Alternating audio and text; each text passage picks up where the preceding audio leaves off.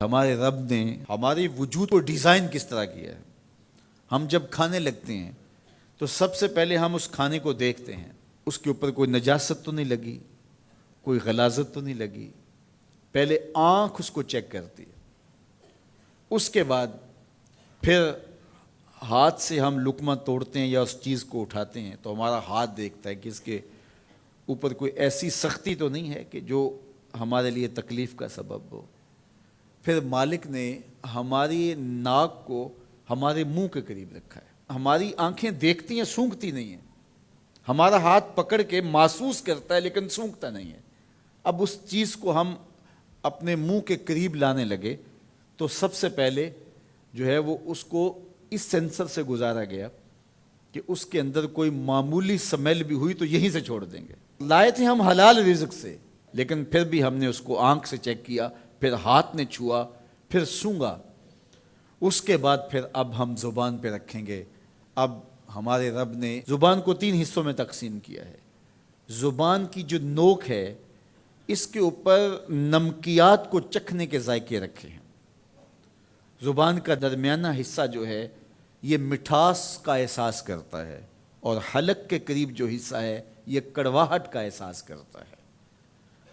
تو اب اس کو زبان پر رکھ کے چکھا کہ یہ بد ذائقہ تو نہیں ہے۔ اب زبان نے بھی کہہ دیا کہ اس کا ذائقہ بھی ٹھیک ہے۔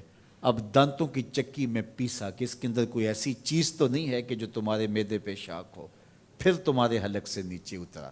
وہ رب نہیں چاہتا تمہارے حلق میں ایک لقمہ بھی ایسا جائے جس میں ذائقہ نہ ہو، جس کے اندر بدبو ہو، جس میں تعفن ہو، جس پر کوئی غلاظت ہو اور جو ناپسندیدہ ہو۔ تمہارا رب چاہتا ہے تم طیب لو، ستھرا لو، تاکہ تمہارا ظاہر بھی ستھرا ہے، تمہارے وجود کا حصہ بننے والی غذا جو ہے وہ بھی پاک اور ستھری ہو۔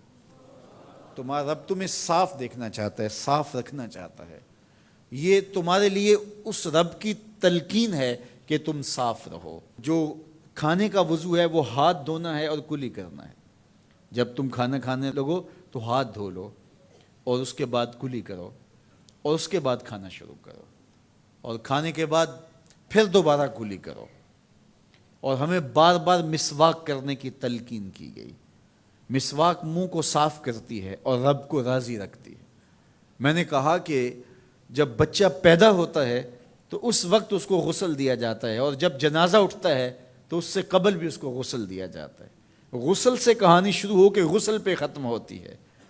اور ادھر صفائی اور ستھرائی کی کہانی یہ ہے کہ جب تک بچہ اپنے دانت صاف کرنے کی اہلیت نہیں رکھتا اتنی دیر تک دانت ہی نہیں اگتے، اس لیے کہ اب یہ صاف نہیں کر پاتا، اور جب وہ صاف کر پائے گا تو پھر دانت اگنا شروع ہوں گے، اور پھر ان دانتوں کو ہر لحاظ سے صاف رکھے، ان کو ستھرا رکھے۔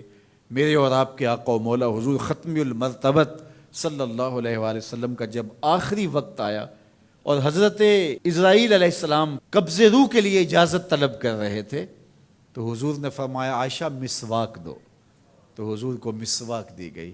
نکاحت تھی، کمزوری تھی، اور مسواک سخت تھی، تو حضور نے ارشاد فرمایا عائشہ اس کو چبا کے دو۔